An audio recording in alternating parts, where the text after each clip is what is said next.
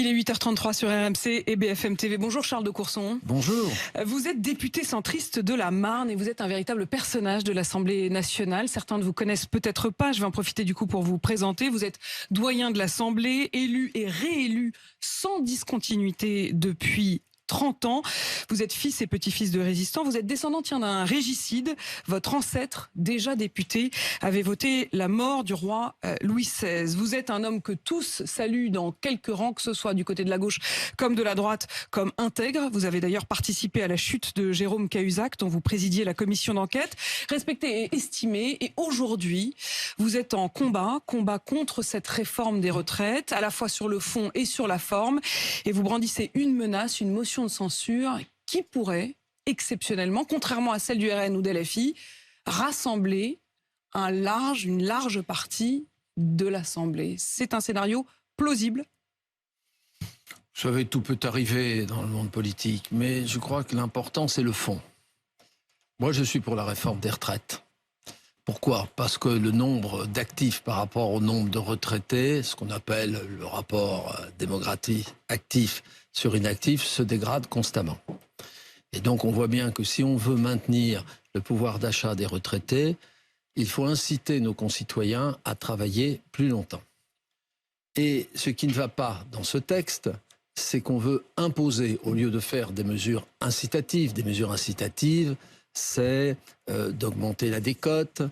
Moi, je suis favorable à augmenter le nombre d'annuités, mais de respecter la diversité des choix de chacun de nos concitoyens. Vous estimez que cette réforme des retraites-là, elle ferait, je vous cite, peser l'effort sur les plus modestes? Mais c'est incontestable. D'ailleurs, le gouvernement n'utilise plus le terme de justice, puisqu'il est évident qu'en portant de 62 à 64 ans, les 17 milliards, un peu plus de 17 milliards d'économies, elle repose sur qui? Ceux qui ont commencé à travailler avant 21 ans. Et qui sont ceux qui ont commencé à travailler avant 21 ans? C'est plutôt des gens qui ont des carrières modestes et qui ont des courbes de carrière assez plates. Voilà. Et donc, faire porter ces efforts uniquement sur ces catégories, c'est fondamentalement injuste. D'ailleurs, le gouvernement n'ose plus parler de justice. Ce qui était pourtant l'un de ses arguments au départ. L'un des deux arguments. Comment on en est arrivé là? Ensuite, on va essayer de tirer le fil de ce scénario et comprendre à partir de la commission mixte paritaire, des 2 jours qui viennent, qui vont être des jours évidemment décisifs. Mais comment on en est arrivé là?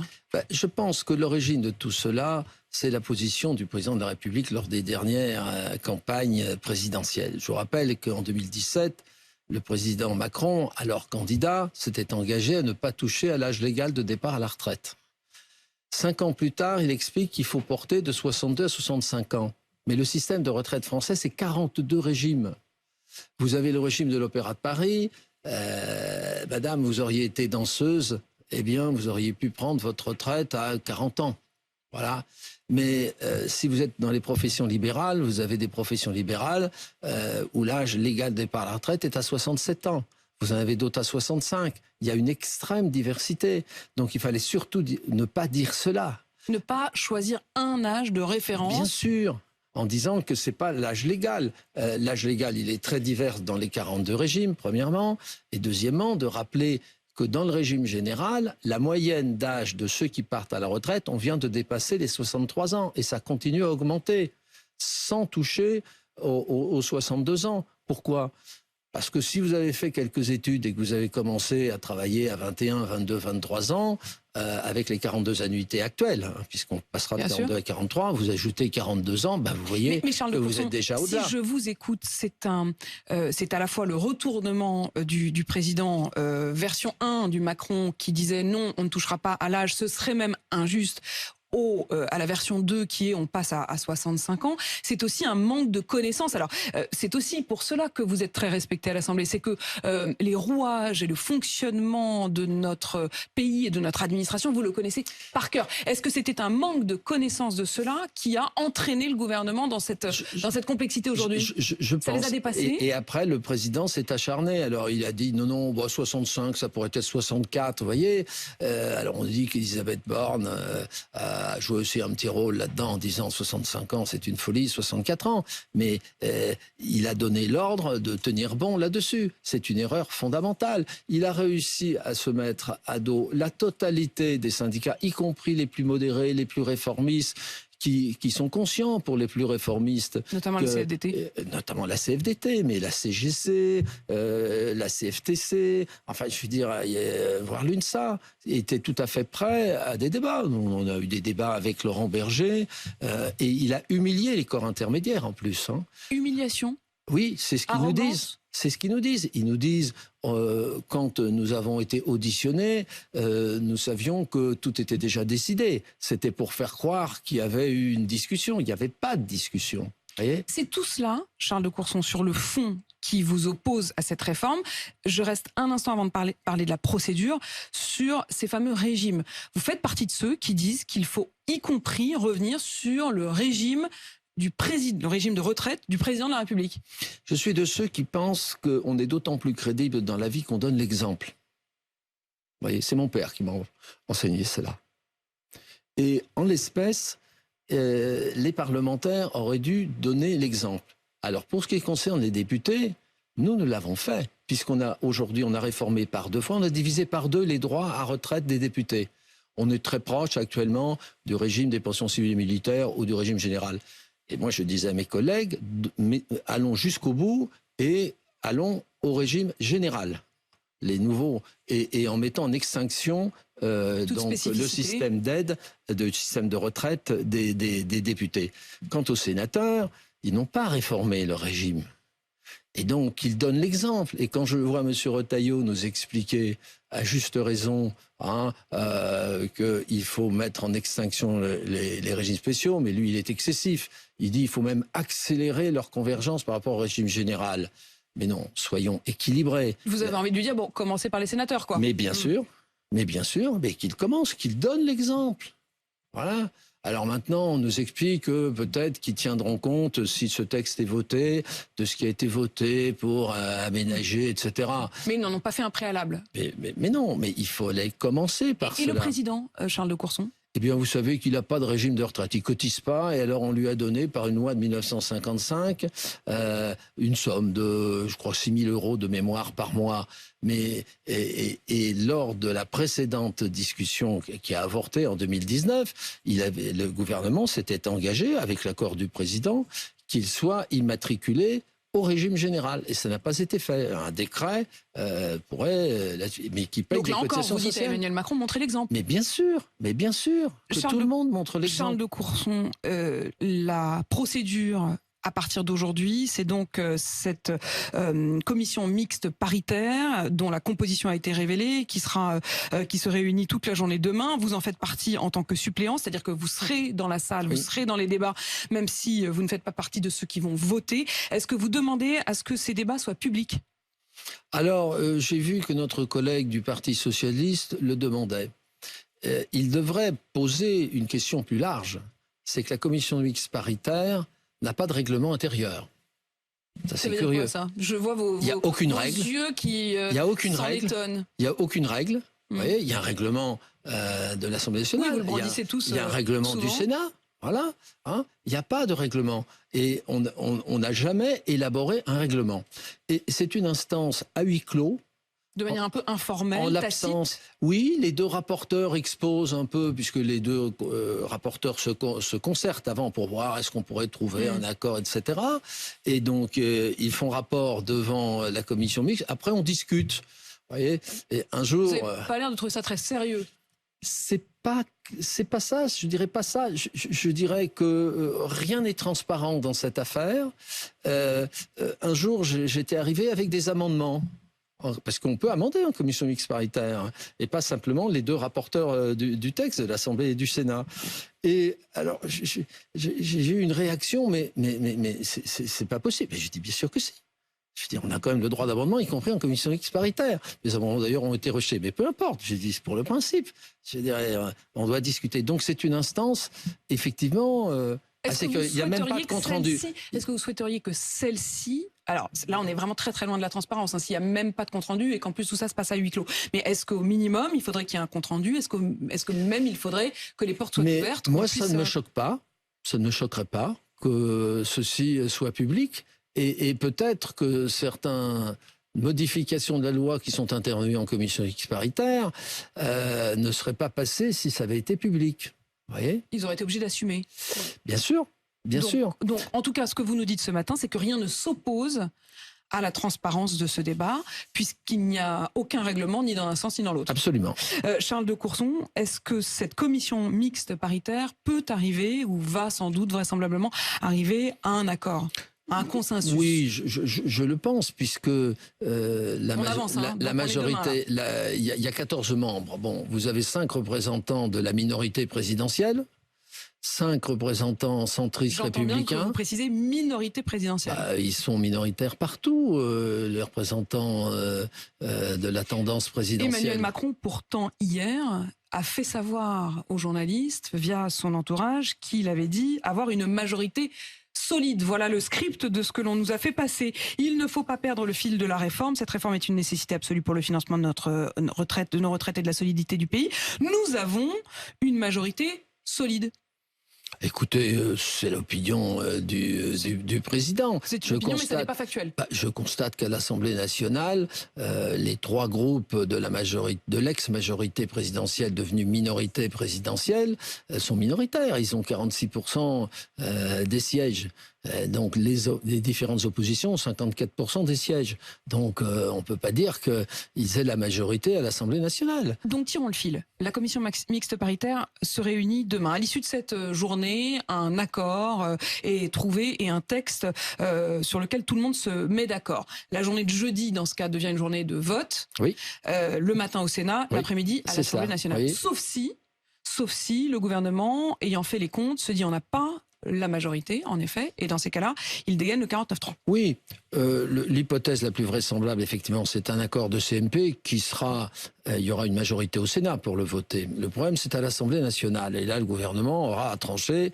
Est-ce qu'il va, comme il l'annonce, soumettre au vote, ou est-ce qu'il déclenche le 49-3 ? Sachant que il peut déclencher le 49-3 à tout moment, au tout début, pour éviter tout débat, ou en laissant déjà un peu une discussion générale, etc. Vous savez que le gouvernement peut le faire à tout moment. Au cours de l'après-midi, à tout moment, il faut juste convoquer un conseil des ministres. Alors le conseil des ministres se réunit demain, le mercredi, ils peuvent le décider demain, mais comme c'est en pleine discussion en commission mixte paritaire, je serais très étonné qu'ils le décident, puisque ça serait une pression sur la CMP. Donc ils auraient intérêt à attendre la journée de jeudi pour sortir de leur chapeau. Oui, donc on murmure qu'il y aurait un conseil des ministres exceptionnel jeudi matin, pendant que le Sénat vote, puisqu'ils n'ont pas d'inquiétude au Sénat, dans l'hypothèse où il y aurait un accord. Et si le compte n'y est pas, et d'après d'ailleurs notre compteur, le compteur BFM TV qui compte les députés qui se disent au moment où on se parle, sûr de voter pour ce texte, il n'y en a que 196 sur les 287 requis. Alors, il ferait le 49-3, et c'est le moment où vous pourriez, sortir une motion de censure. Bien, oui, parce que toute cette affaire est quand même un déni de démocratie. Déni de démocratie sociale à l'égard des partenaires sociaux, dont on a besoin pour gérer ce pays. Mais déni de démocratie à l'égard du Parlement, car avoir utilisé une loi rectificative de financement de la sécurité sociale pour en fait empêcher un vrai débat en limitant à 20 jours l'Assemblée nationale, 15 jours le Sénat et 15 jours en vote définitif, c'est un détournement total de procédure. D'ailleurs, on ira s'en expliquer au Conseil constitutionnel. Ça veut dire quoi, ça, Charles de Courson ? C'est-à-dire qu'il y aura plusieurs recours au Conseil constitutionnel contre ce texte s'il était voté. Vous êtes en train de nous dire qu'il y a encore un deuxième étage dans la possibilité de faire tomber cette loi. Il y a le 49.3, il y a la motion de censure. Ça, on va encore y revenir. Mais vous êtes déjà en train de nous dire que si jamais cette procédure-là n'aboutissait pas, vous avez encore un recours au Conseil constitutionnel qui pourrait casser cette loi ? Alors, elle pourrait être invalidée? Oui, ou tout en partie. Vous savez, il est difficile d'anticiper les décisions du Conseil constitutionnel. Mais Parce qu'ils l'ont glissé dans un texte qui... dans si une vous voulez, procédure qui n'était pas adaptée. il y a un vrai problème de déni de démocratie, c'est d'avoir utilisé une loi de financement de la sécurité sociale pour faire une réforme des retraites. Je vous rappelle que les ça lois... vous paraît absurde? Cette procédure n'avait été utilisée qu'à 2 reprises depuis la création des lois de financement de la sécurité sociale. Et en général, c'était suite à des décisions de baisser les cotisations sociales, donc ça impactait les comptes sociaux. Et donc, alors que là, il fallait... c'est pas ça. Non, ça impacte totalement marginalement en 2023 à hauteur de 400 millions. Voilà. Donc, il y a un recours sur la forme. Et puis, il y a des recours sur le fond. Il y a toute une série de cavaliers budgétaires. Le plus célèbre, ça sera l'index senior. Tout le monde sait, y compris au gouvernement, que devant le Conseil constitutionnel, cet article tombera, puisqu'il n'a rien à voir avec la réforme des retraites. Donc c'est un jeu de dupes quand le gouvernement dit aujourd'hui, nous sommes bien conscients de la difficulté à embaucher les seniors. Et d'ailleurs, c'est pourquoi nous avons rajouté dans ce texte cet index senior. Au fond, ils savent que c'est du vent, que ça ne tiendra pas. Enfin, c'est d'autant plus du vent que c'est pas la loi qui définit index senior. On dit aux partenaires sociaux, débrouillez-vous par branche pour définir quels sont les bons index dans chacune de vos branches. Ça veut dire que pour une fois, là, ils font confiance aux partenaires sociaux. Oui, mais alors, c'est extraordinaire, une loi qui lance l'idée d'un index et qui dit les partenaires sociaux définiront l'index. C'est quand même formidable. Mais je vous rassure, sans aucune sanction. Hein. Ces lois incantatoires, on fixe des règles, mais il n'y a pas de sanction. Donc, une règle sans sanction, il vaut mieux qu'elle n'existe pas. Revenons au scénario, Charles de Courson, ce 49.3 dégainé donc, et vous qui dites qu'il y a un véritable déni de démocratie, et ça vous conduit à envisager de déposer une motion de censure. Une motion de censure déposée par des centristes, c'est rarissime.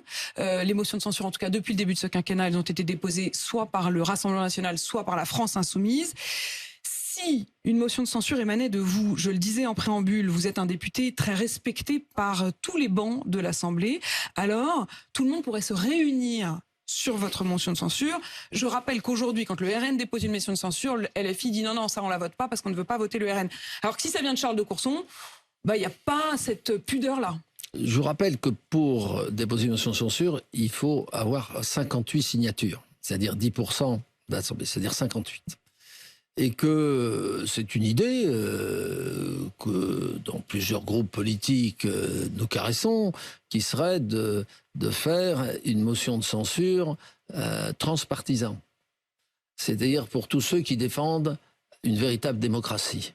Vous voyez, on a des différences nombreuses entre nous, mais de ne pas laisser passer un texte qui est un tel déni de démocratie. Et je pense que c'est l'intérêt de la démocratie, l'intérêt du peuple français. Vous êtes donc décidé à le faire? On est décidé, ça dépend pas que de moi, ça dépend de beaucoup de discussions qui ont lieu depuis plusieurs jours dans cette hypothèse du recours au 49.3. Je rappelle que le gouvernement fait déclaration sur déclaration en disant qu'il n'aura pas recours au 49.3. Donc cette hypothèse peut-être ne se réalisera pas. Vous les croyez ? Vous qui savez tenir les comptes et qui connaissez l'Assemblée. Vous savez, j'ai quelques doutes parce que certains bons esprits pensent que le gouvernement dit cela pour se dédouaner de son recours. C'est-à-dire de dire, moi je ne voulais pas avoir recours au 49.3, mais on m'y a contraint. Vous voyez, je suis une victime. Hein, non mais c'est à mourir de rire, si vous voulez. Ce que je constate, c'est que M. Véran déclare urbi et orbi qu'il n'y aura pas recours au 49.3, dont acte. Donc la question que vous me posez dans cette hypothèse ne se pose plus. Mais on a bien compris que vous estimiez que c'était une forme de poker ou en tout cas de théâtre. Charles de Courson, est-ce que vous savez si la France insoumise, par exemple, serait prête à voter votre motion de censure? Interrogez-les, ce n'est peut-être pas exclu.